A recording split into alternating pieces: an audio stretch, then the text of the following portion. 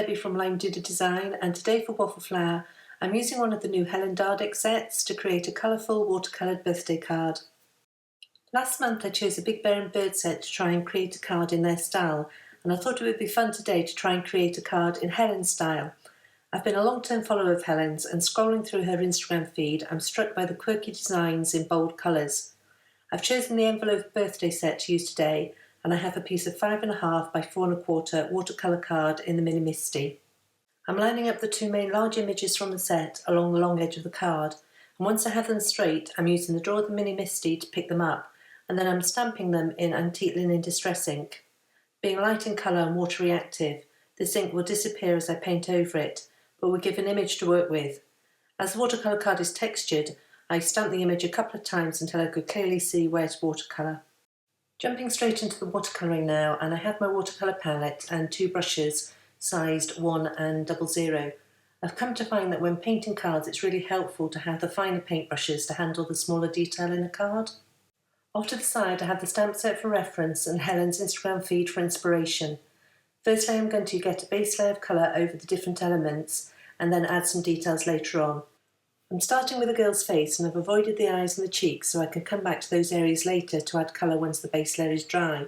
For most of the other elements I'm laying down a base layer and covering up any detail within those areas such as the patches on the cat, and then I'll come back in later to add those details back in. When I was recording this video I did start talking about what particular paints and colours I use for each area, but I'm only using what I have to hand and I recommend that you do the same. I have a palette which contains a number of artist quality brands such as Minka, Daniel Smith and Winsor & Newton, but my colour choices within the palette tend to be more muted as those are the colours I use most often. However, I did try and pull as much colour from them as I could to reflect Helen's vibrant style. I'm going to play some music in a minute as I continue to paint. I've sped this video up, but in total I think I was painting for about an hour.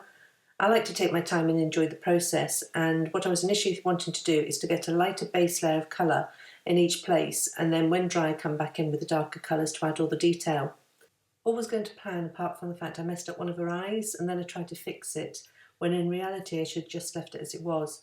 I'll chat more about that in a minute, I just wanted you to watch out for that.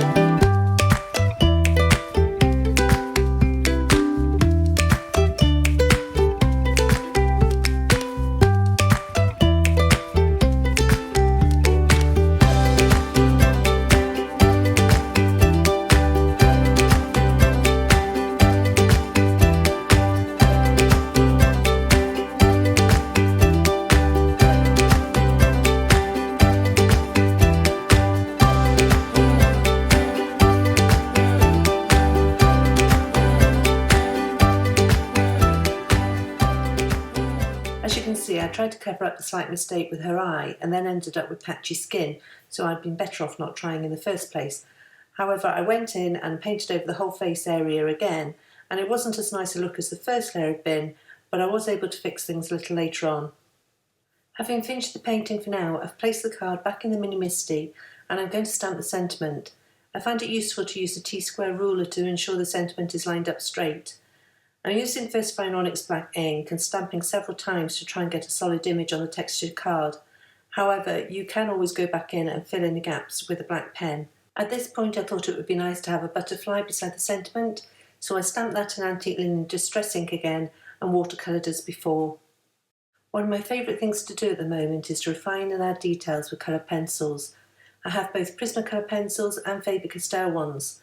As they are softer, I like Prismacolor for blending over a large area. However, I find the Faber-Castell pencils are harder and keep a sharp point better for adding details. I also added some highlights with a white gel pen and then foam mounted the finished panel on the Desert Storm card base.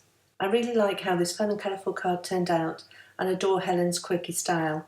After I stopped videoing, I was able to even out the skin tone slightly with coloured pencils. I just have to remind myself that this is a handmade card and to embrace imperfections. I'll leave you with the photographs and want to thank you for joining me today.